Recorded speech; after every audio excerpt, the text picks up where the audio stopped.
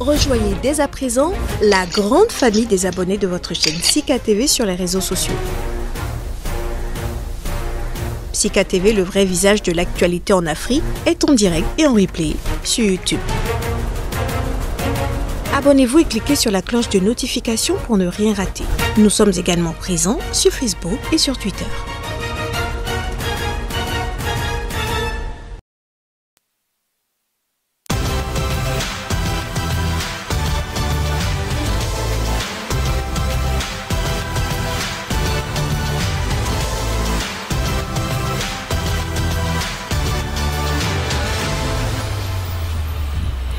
Bienvenue à tous, mesdames, messieurs, et merci de prendre une fois encore le rendez-vous dépistage du Covid-19 au Bénin, les tests plus accessibles gratuitement. Oui, pour en être bénéficiaire, il faut impérativement débourser 25 000 francs CFA, excepté les cas suspects. Aussi, les tests Covid-19 pour les voyageurs au départ et à destination de l'aéroport de Cotonou sont-ils maintenus à 50 000 francs CFA et 75 000 francs CFA selon qu'on a décidé de le faire, le dit test, au Palais des Congrès, et 75 000 francs CFA selon qu'on a opté pour le centre VIP. Ces options et bien d'autres, mesdames, messieurs, dont l'obligation vaccinale divise et alimente bien des polémiques au regard des dispositions pourtant prises par l'UEMOA. L'État béninois serait-il devenu mercantile face à la pandémie? La grosse interrogation au cœur de cette émission, regard croisé d'un médecin urgentiste et d'un spécialiste en droit humain. Ce sera autour du thème Covid-19 et polémique vaccinale au Bénin. Des approches à repenser. Déjà en notre compagnie, Dr Nandé Théo Kokode. Oui, le président du parti encore. Mais ce n'est pas le profil que nous recevons. Nous recevons beaucoup plus pour vous, le médecin urgentiste et épidémiologiste. Il est là pour nous apporter son regard et ses contributions, surtout pour améliorer ce qui se fait. Dr Nandé Théo Kokode, bonjour à vous. Bonjour, monsieur Yetondi, bonjour le plateau. J'espère que vous allez bien et j'espère que Cotonou se porte bien. Merci de me recevoir sur votre plateau. C'est un plaisir partagé. Mais je me permets de rectifier. Oui, rectifier. Je suis président du mouvement. Oui, encore, pas du parti. Qui rêve grandir. Parti, encore, on vous souhaite de grandir, voilà. Merci pour la précision. En face de vous, Landry Angelo Adelakou, juriste, il est consultant en droits humains. Il n'est plus à présenter, il a accepté d'apporter sa contribution. Les Béninois font-ils un peu trop dans la précipitation ou dans l'exagération des faits? Le spécialiste nous dira un peu ce qu'il en est par rapport aux questions d'obligation et ce que disent les tests. Landry Angelo Adelakou, bonjour à vous. Bonjour monsieur le journaliste, bonjour chers téléspectateurs et internautes de Sika TV. Et vous répondre merci à vous une fois encore pour la disponibilité. Dr Nandé Théo Kokode, je me retourne d'abord vers vous. La prise en charge globale de la maladie, pour parler de Covid-19 au Bénin, comment appréciez-vous les efforts qui se font dans ce sens? Mais disons, je vous remercie. Je pense que on ne peut que féliciter les efforts, hein, parce que fournir des efforts, c'est quelque chose, et puis obtenir des résultats, c'est autre chose. Donc déjà la volonté qu'a ce gouvernement-là de fournir des efforts pour lutter contre cette maladie et cette pandémie du Covid-19 est à apprécier. Mais bon, ceci fait, je pense qu'on ne peut pas aller plus loin que ça. On ne peut pas aller plus loin que ça parce que nous avons opté pour une politique de prise en charge de la maladie assez exceptionnelle en utilisant une chimioprophylaxie à base de chloroquine et puis d'autres adjuvants comme le zinc et autres choses. Et nous n'avons, je pense qu'aujourd'hui, nous n'avons jamais eu la possibilité, la capacité d'évaluer cette politique que nous avons mise en place. En tout cas, moi, je n'ai jamais entendu parler d'évaluation. On nous avait promis d'emblée de faire quand même attention à la chloroquine parce que La chloroquine dans le Covid-19, c'est quand même pris à des doses qui sont des doses supérieures à la normale. Donc à partir de cet instant, il y a un certain nombre de surveillances à faire. Ces surveillances, on nous avait dit, il y a des ECG partout, on pourra en faire. Et pour les cas d'effets secondaires, il y a aussi des choses à faire. Je ne sais pas si tout cela a été évalué réellement chez les patients. Je ne crois pas. Et la dernière chose, n'est-ce pas, c'est que pour les patients graves, il n'y a quasiment aucun centre au Bénin. Et je le dis avec gravité, il n'y a aucun centre au Bénin pour prendre en charge des patients graves. Parce que à l'ADAP, et en tout cas sur le plan médical et purement technique, est disqualifié pour prendre en charge les cas graves de Covid-19. On nous a dit au début de la maladie, en mars et avril, qu'on aurait 200 respirateurs, on aurait plein de matériel en tout cas. Je ne sais pas où sont ces matériaux-là. Nous avons fait confiance à ce gouvernement. Nous avons fait confiance en la capacité du ministre de la Santé de savoir que la santé humaine est importante, l'homme c'est important, et qu'on n'allait pas mélanger la politique à la santé. Je pense qu'à la fin aujourd'hui, en tout cas avec l'arrivée du virus, du variant Delta, je pense qu'on se rend compte largement qu'il y a eu beaucoup de politique et très peu de prise en charge sérieuse, en tout cas de projets, de programmes de prise en charge sérieuse de la Covid-19 au Bénin. Enfin, je dis le, écoutez, chacun prend comme il veut. Hein. Okay. C'est parce que je suis avec vous, parce que j'ai l'habitude de dire le Covid-19. Okay. Merci. C'est le spécialiste qui parle. C'est vrai que tout n'est pas parfait, mais les autorités ne manquent non plus de rassurer. Des efforts seront continuelle afin que le grand nombre puisse avoir satisfaction, surtout de ces cas graves dont vous parlez, docteur Tayo Kokode. Il y a désormais une unité qui serait en train d'être mise sur pied pour que les cas dont vous parlez puissent être plus sérieusement pris en charge.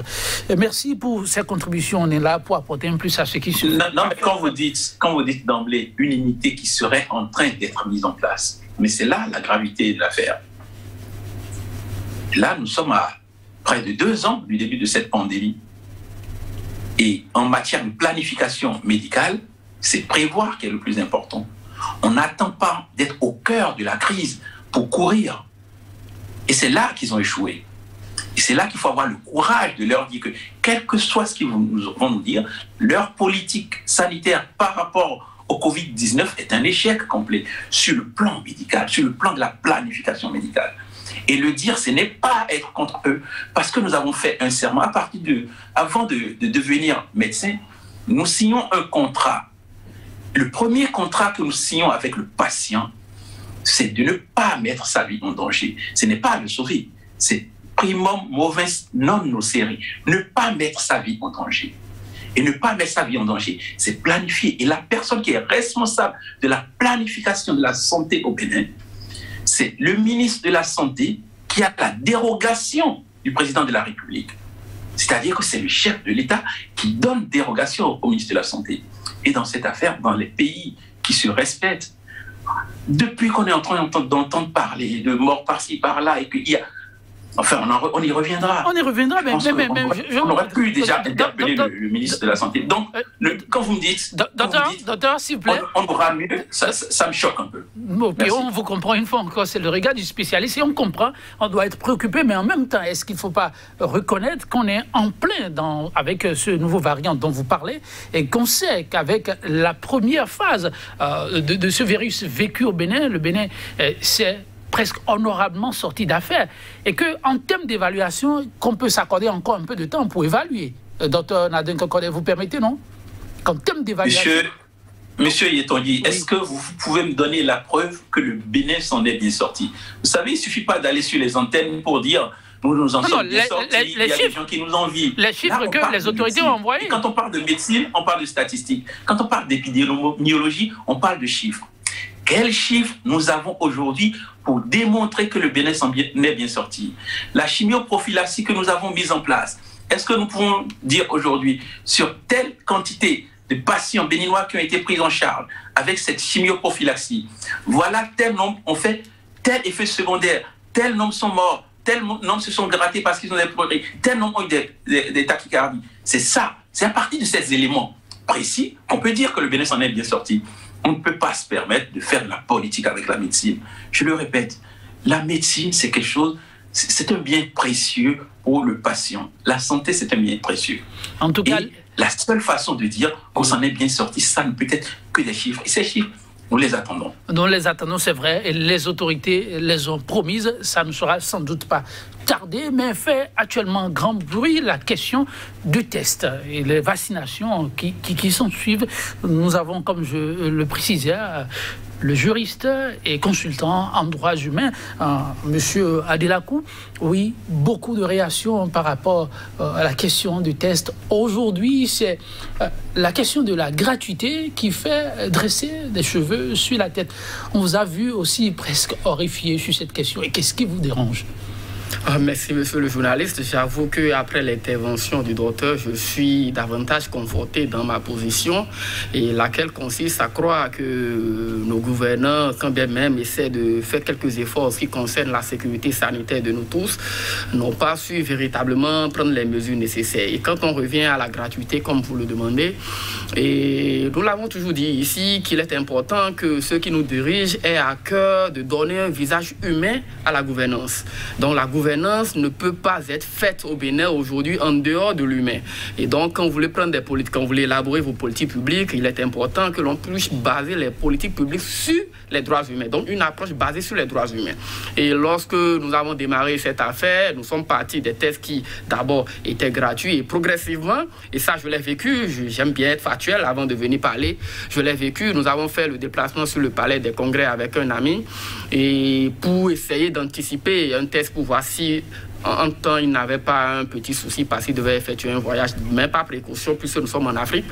Et on va là-bas et on nous dit que non, désormais que le test ne se fait plus comme ça et que c'est sur ordonnance. Waouh, ça c'est une première information, on ne l'avait pas. Je vous parle d'il y a à peine 2 semaines. On ne l'avait pas, sur ordonnance. Cela voudrait dire qu'il faut aller d'abord à l'hôpital, en tout cas voir un médecin avant. Et quand on considère que nous sommes dans un état, en tout cas au Bénin, un état qui n'est pas où les citoyens ne sont pas tellement habitués à se rendre dans un centre de santé, et ça il faut être factuel également et comprendre, on peut vouloir rêver, mais il faut être quand même réaliste, il faut être pragmatique. Et on nous dit sur ordonnance, cela voudrait dire que quelqu'un comme moi qui, par exemple, a eu la chance d'aller dans un centre de santé il y a environ 20 années en arrière. Ah bon? Oui, je vous le dis, la nature m'a... Sérieusement? Sérieusement. Dans le centre de santé il y a 20 ans? Je vous assure, sauf pour aller rendre visite à quelqu'un. Donc la nature... Vous-même, vous n'allez pas dans le centre de santé? Non, je n'y fais pas, la nature m'a comblé. Et donc, quand vous êtes dans cette situation, vous dites désormais d'aller dans un centre, aller prendre un carnet ou bien quoi, je ne sais pas comment ça fonctionne. Je ne suis pas habitué personnellement.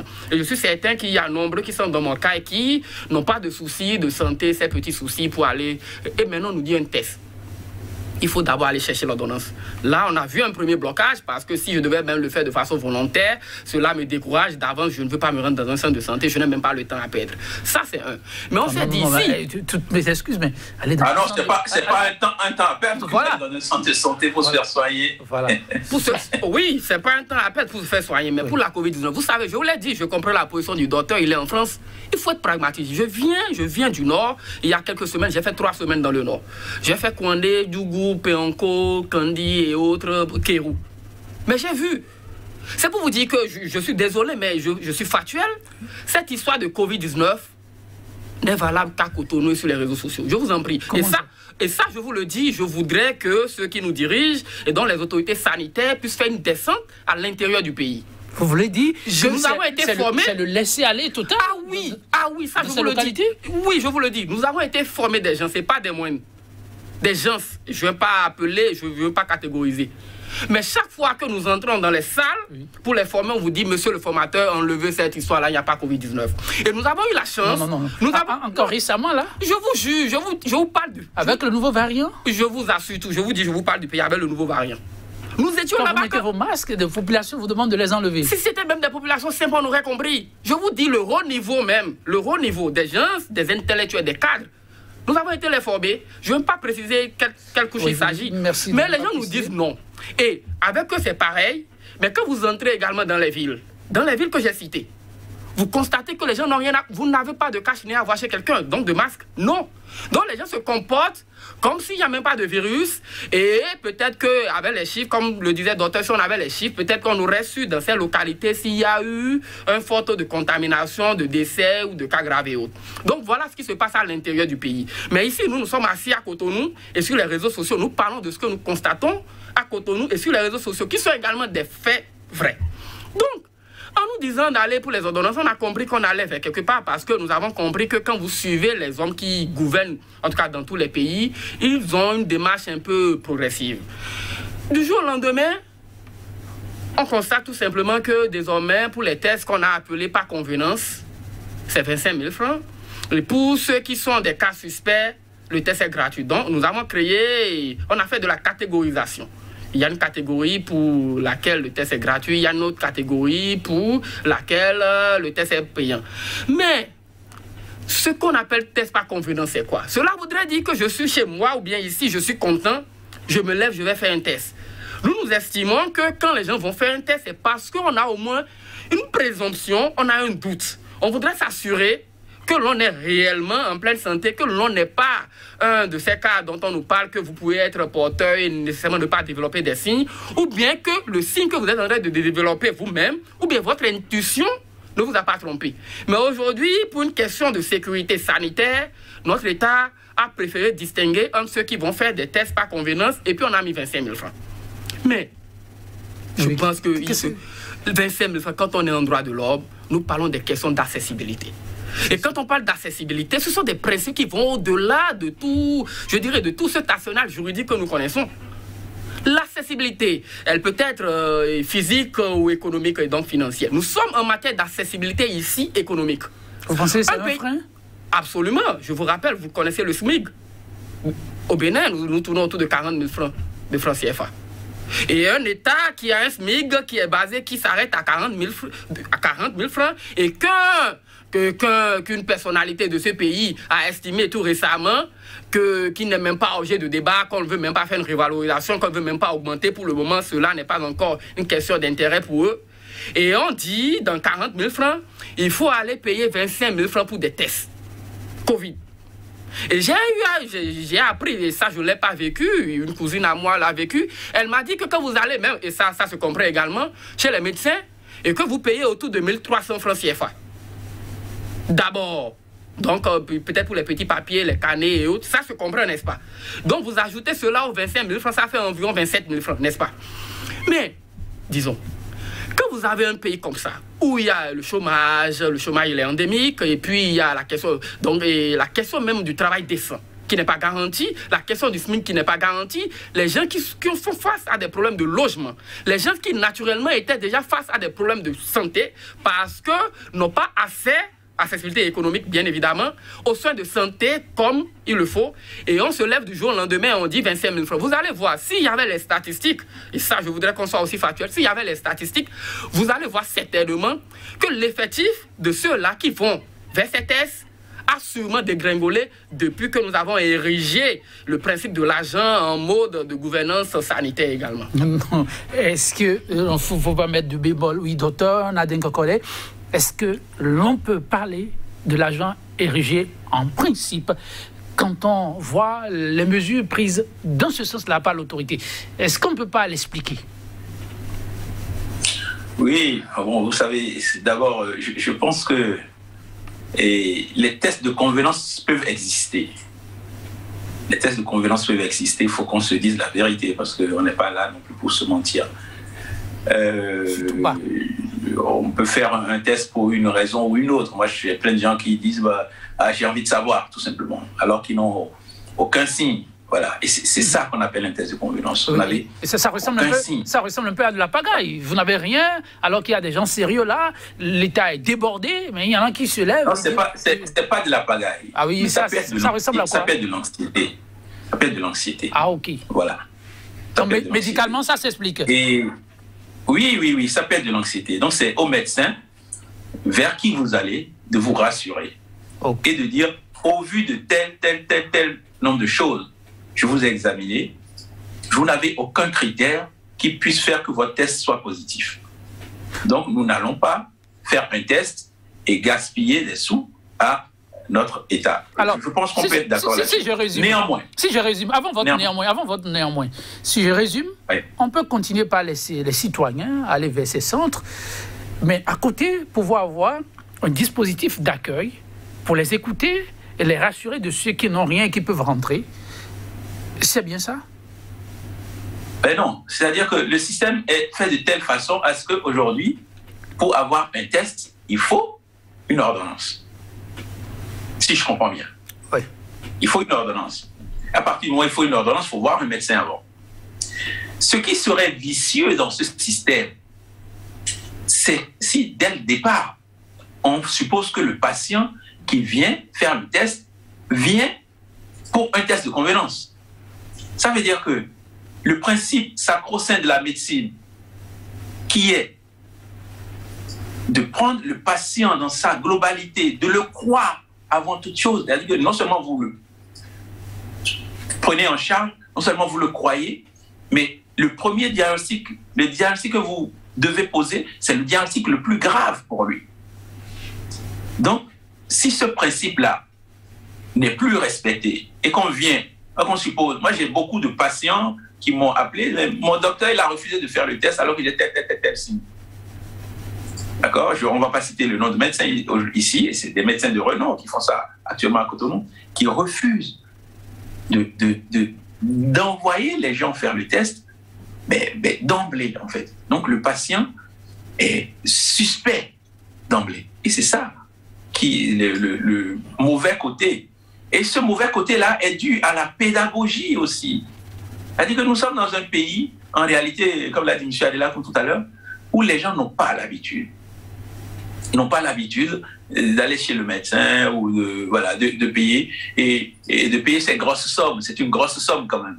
Et maintenant, ça, c'est un autre problème. Est-ce que ce test-là vaut vraiment 25 000 francs? Ça, c'est un autre problème. Est-ce que c'est réellement un problème? Est-ce que c'est réellement un problème? La polémique s'entend-elle autour de cette question? Non, c'est aussi, parce que, en fait, les dépenses publiques, c'est ça aussi. Mais comment nous allons faire pour... C'est-à-dire que ces tests-là doivent être à prix coûtant. Ils doivent être à prix coûtant. C'est-à-dire que si on doit vraiment faire payer le gars, faire payer un patient, il ne faut pas que ça dépasse le prix de base. Il ne faut pas faire de bénéfice là-dessus. Alors que lorsqu'on regarde ce qui se passe autour de nous, on sait que le Bénin surévalue le prix des tests. On le sait très bien. Et pourquoi ils ne veulent pas revenir en arrière? On n'en sait rien, parce qu'on a l'impression qu'eux, ils vont s'approvisionner, j'en sais rien, dans le pôle Nord, dans une tour d'ivoire, et que je ne sais pas. Voilà. Donc, en définitive, il ne faudrait pas que nos collègues médecins, dans l'application de ces tests, pensent que les patients soient suspicieux. Les patients ne doivent pas rechigner à aller voir les médecins pour se faire prescrire les tests. Et les médecins ne doivent pas avoir peur, quelles que soient les pressions qu'ils ont. S'il faut prescrire, il faut prescrire les tests pour que les gens aillent se faire tester. Voilà. Si moi, là où je suis aujourd'hui, je connais quand même, là, en un laps de temps, une dizaine de morts. Je suis un des 12 millions de Béninois que je connaisse une douzaine de morts, à moins que ceux qui meurent ne soient que des gens que je connais. C'est les chiffres dont on nous parle sur le nombre de morts, là, et ça doit être largement au-dessus. Et quand j'écoute M. Adela Koumé, ce qu'il dit dans l'entre-pays est vrai. C'est-à-dire que lorsque vous vous baladez dans le Bénin, les gens, quand vous sortez, quand vous dépassez, j'allais dire Calavi, là, même à Boycon déjà, c'est fini. Les gens n'ont pas conscience de cette maladie. Et ça revient à la première question que vous m'avez posée par rapport à la prise en charge de la pathologie dès le début. Parce que lorsque vous rentrez dans une épidémie et vous êtes en période électorale et que vous privilégiez les élections et que vous rassemblez des gens là où il faut faire de la distanciation et que vous ne faites pas attention aux masques, voilà. Donc vous donnez l'impression aux gens que cette pathologie n'existe pas. Le peuple n'est pas comme ça aujourd'hui parce que non, il y a de l'éducation, après l'information, pour la santé, il y a l'éducation. Et après cette éducation, il y a encore la communication, ce fameux système IEC dont on parle. Mais il y a eu l'information, on s'en est arrêté là. Il n'y a pas eu d'éducation réelle. Aujourd'hui, vous demandez aux médecins qui ont distribué des masques lors du début de cette pathologie, de distribuer des masques encore aujourd'hui, ils vont vous dire non. Nous distribuons des masques, moi je ne sais pas combien de milliers de masques j'ai distribués, nous distribuons des masques et devant vous, les gens l'enlevaient parce qu'ils ne comprennent pas pourquoi vous les obligez à mettre des masques alors que l'autorité se regroupe dans des salles ou autorise des fêtes, des choses comme ça. C'est de tout ça. Et c'est tout ça, la politique gouvernementale, qu'il va falloir évaluer à un certain moment. Donc, quand ils vont venir nous parler, parce que j'entends parler d'une évaluation qui arrive, oui. Mais c'est de tout ça dont nous allons parler. Oui. Parce que s'ils veulent évaluer en extrayant l'aspect éducation, l'aspect communication, l'aspect aller vers le peuple pour lui dire, c'est que ils voudront nous mentir. Donc, en tout cas, le ministre de la Santé... Pour répondre à votre question, oui. On peut se permettre, dans un pays, de faire des tests par convenance, parce que le patient doute. Et sur ces tests par convenance, hélas, il y en a quelques-uns qui sont quand même positifs. Ouais. C'est ça. Donc, tout est à prendre en charge. La question du pouvoir d'achat par rapport au montant finalement fixé, il va falloir y penser aussi. Bon, ça ne dépend pas de moi. Vous voyez, lorsque moi, j'essaie de me détacher un peu de la responsabilité du pouvoir. Merci, on comprend. Parce que ceux qui sont là, ils ne nous donnent aucune information. Est-ce que vous connaissez le coût de revient du vaccin? Est-ce que vous savez, vous connaissez les moyens, tous les moyens d'accès au vaccin? De temps en temps, on sait que la Chine nous a donné le premier lot, on sait qu'on a tel lot, on sait qu'on a tel lot, mais quels sont les dessous des contrats? Personne n'est au courant. C'est quoi le coût? Est-ce que le Bénin paye réellement pour avoir les vaccins? Voilà, c'est des questions qu'il faut se poser et auxquelles on a besoin de réponses avant de pouvoir répondre, et sinon de faire de la démagogie à votre question. Merci, docteur. Je reviens vers l'IEC, mais en entendant, docteur, je dis docteur, voilà, oui, monsieur Adélacou, faudrait-il passer au peigne fin un peu ce que l'État dépense pour comprendre finalement la pertinence? Parce que quand on suit le docteur, tout peut s'expliquer. C'est vrai, le pouvoir d'achat des Béninois est ce qu'il est, mais les intrants, ce n'est pas banalisé. D'ailleurs, on a suivi l'autorité qui a expliqué que le stock dont le Bénin disposait a été payé à un montant donné. Il va falloir entrer en possession des sous avant de voir s'il faut prendre d'autres mécanismes. Est-ce qu'en attendant d'avoir plus de précision, on ne peut pas mettre tout ceci dans le registre des dépenses effectuées qu'on ne connaît peut-être pas encore? Ah oui, je pense que nous pouvons comprendre effectivement que lorsqu'un État quand même fait l'effort de sortir de l'argent de sa caisse pour s'approvisionner, que cet État puisse réunir tout au moins ce qu'il a sorti. Nous allons juste prier et nous assurer que nous ne sommes pas en train de faire du business, parce que une chose est de retrouver ce que l'on a dépensé, une chose est de vouloir faire des bénéfices sur ce que l'on a dépensé. Ça, nous ne l'avons pas, et au nom du droit à l'information, on ne l'a pas, et nous demandons quand même à avoir cette information. Mais au-delà, je voudrais être encore précis.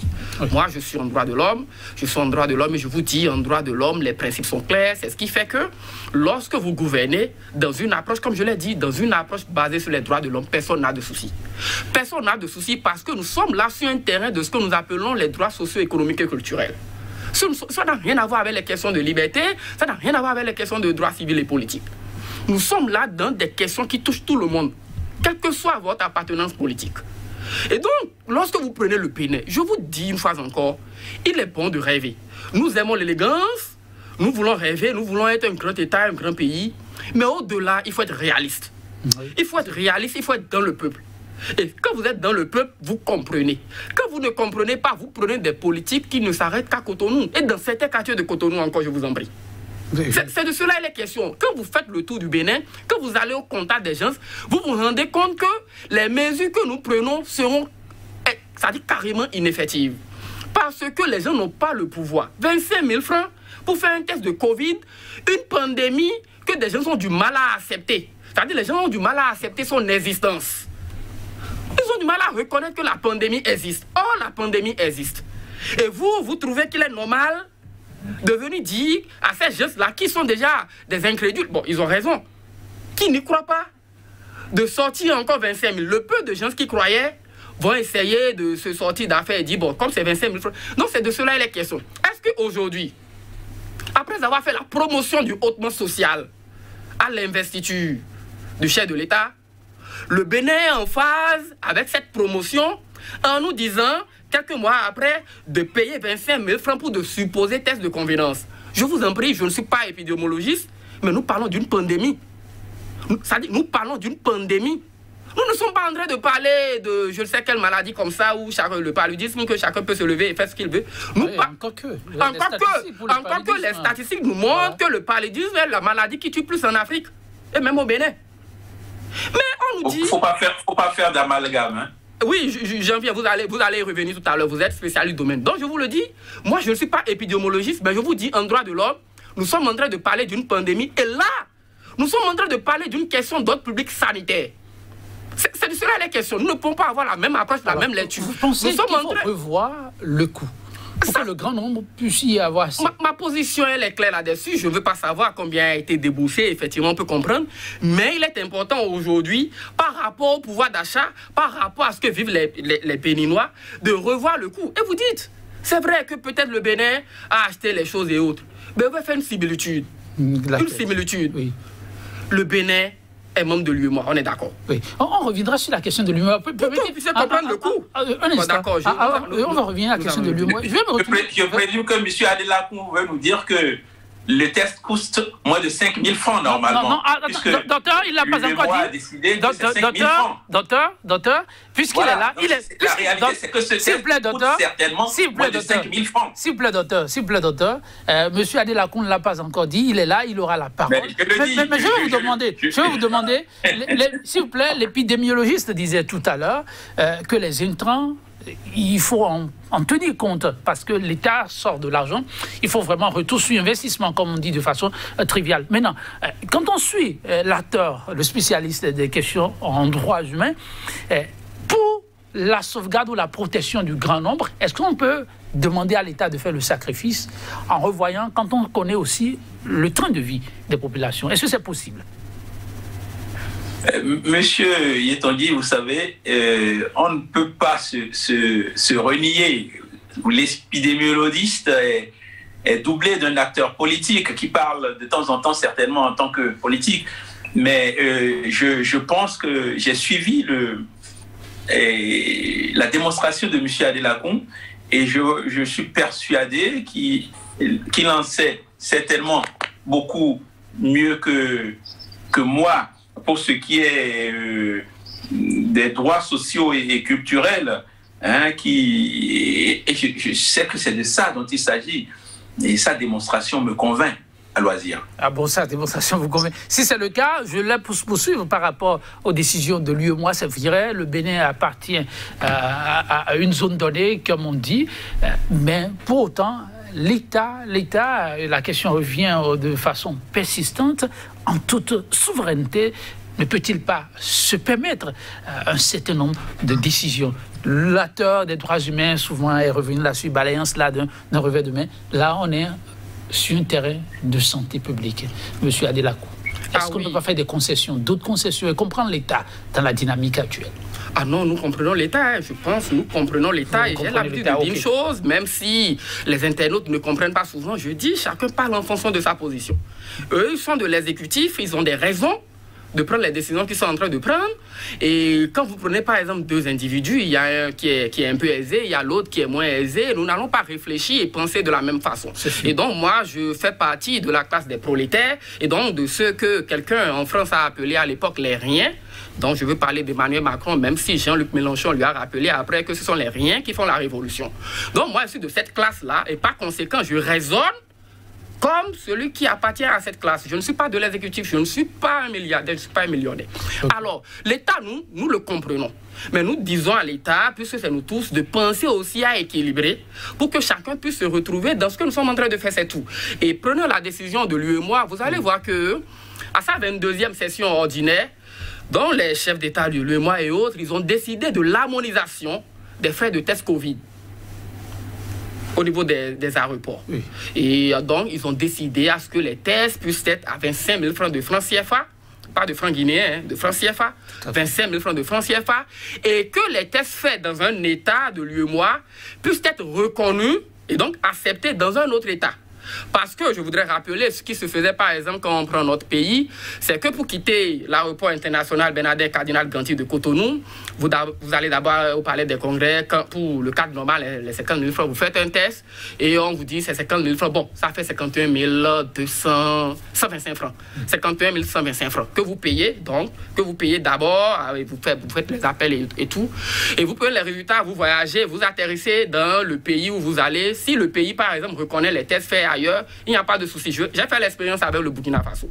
Donc nous avons fait le test ici, arrivé au Burkina, et ils ont juste contrôlé si on avait un test, et puis on est rentré dans le pays. Et quand il s'agissait encore de revenir au pays, chez nous, ici au Bénin, au Burkina Faso, le test est encore gratuit. Cela voudrait dire que quand vous atterrissez, on reconnaît le test fait d'ailleurs. Quand vous voulez quitter le Burkina Faso, on vous fait le test gratuitement, indépendamment de votre nationalité. C'est ça.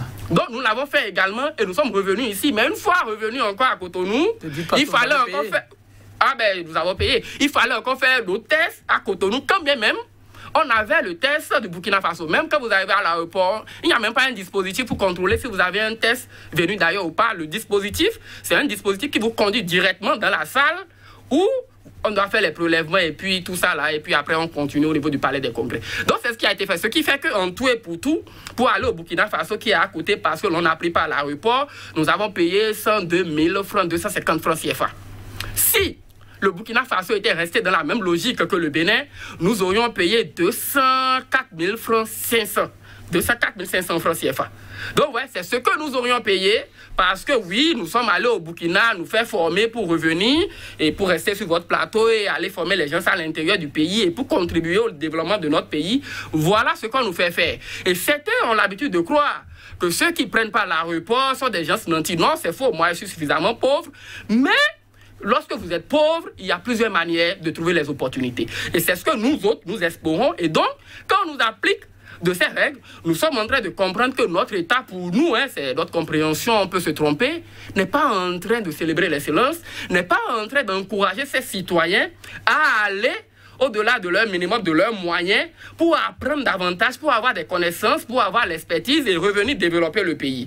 Parce que si nous étions au Burkina Faso avec au moins 8 nationalités, donc les membres de l'UEMOA, les gens ont quitté la Côte d'Ivoire, le Mali et autres. Mais c'est seulement le Bénin. Je vous assure, et ça je le précise encore, en regardant droit dans la caméra, c'est seulement le Bénin qui a eu à payer doublement tel que nous l'avons fait. Nous étions deux, j'étais avec une collègue, une amie. Nous étions deux. C'est seulement le Bénin.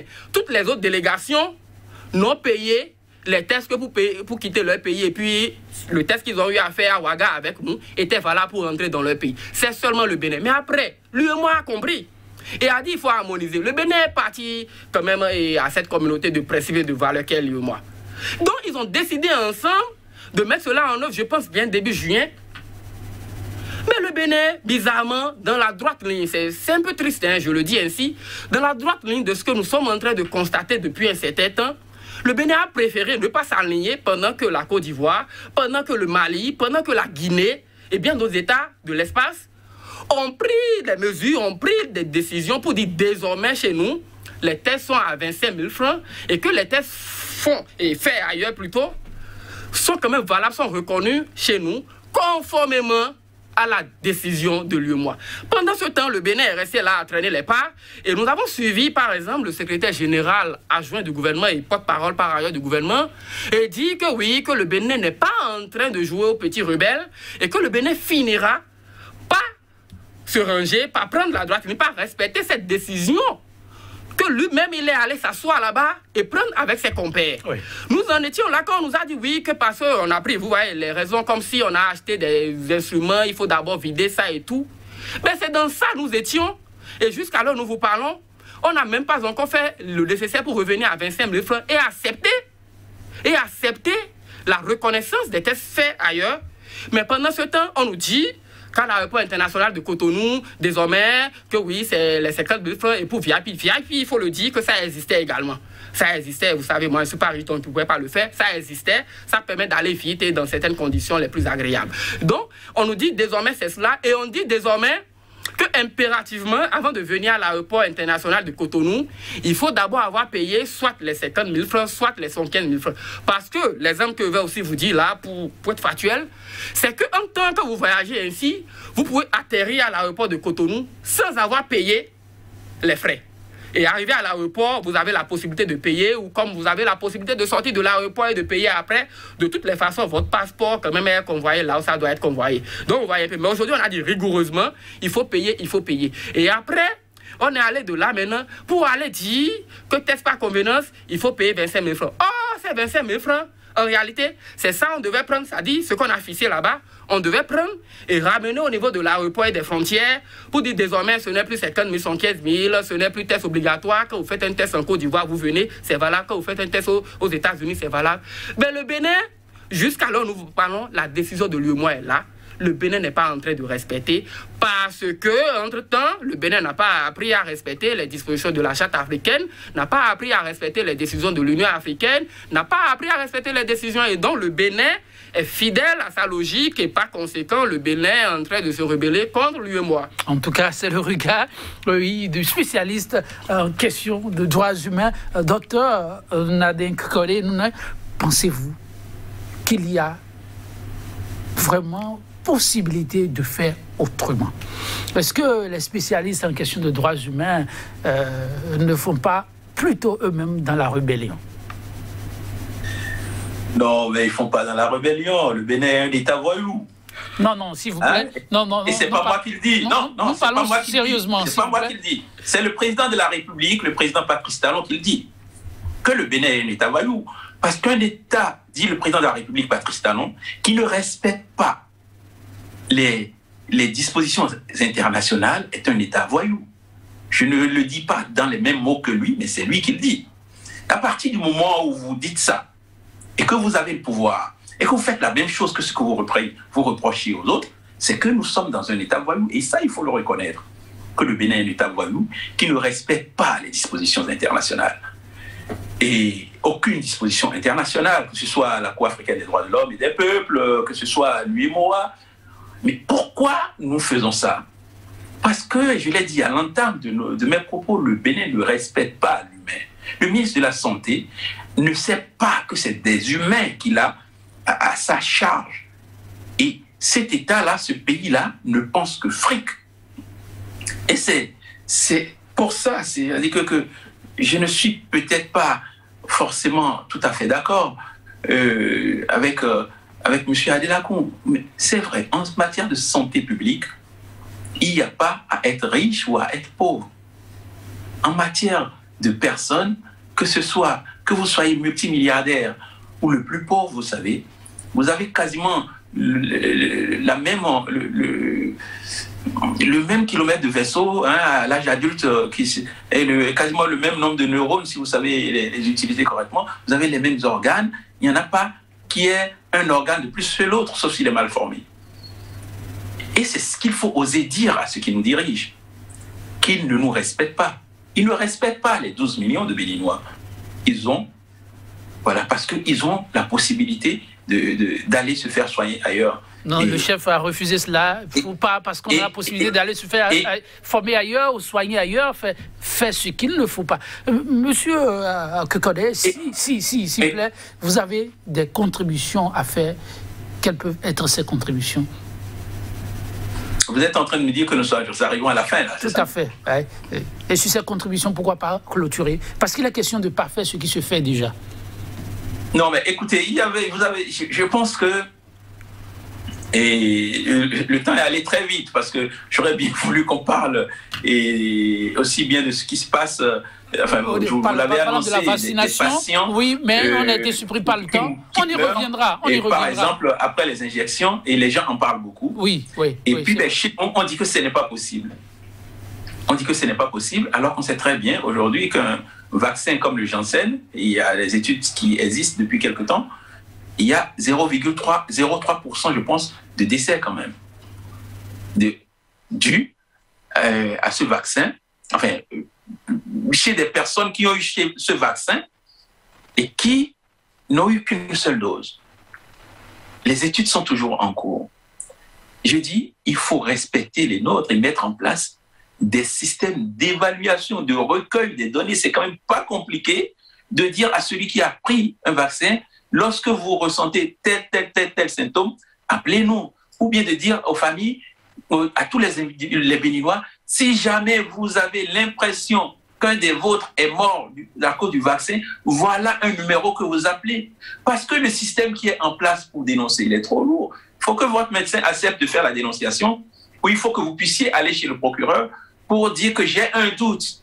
Et on rentre dans une procédure de doute qui est longue comme le bras du fait de la fameuse loi du 3 février, la loi 2020, 37 du 3 février. Cette loi qui les autorise aujourd'hui aussi, vous en avez parlé tout à l'heure, à nous obliger, en tant que soignants, à aller nous faire vacciner. Ça ne se fait Docteur, merci d'avoir été des nôtres. Nous comptons sur votre disponibilité pour la suite de ce plateau, pourquoi pas.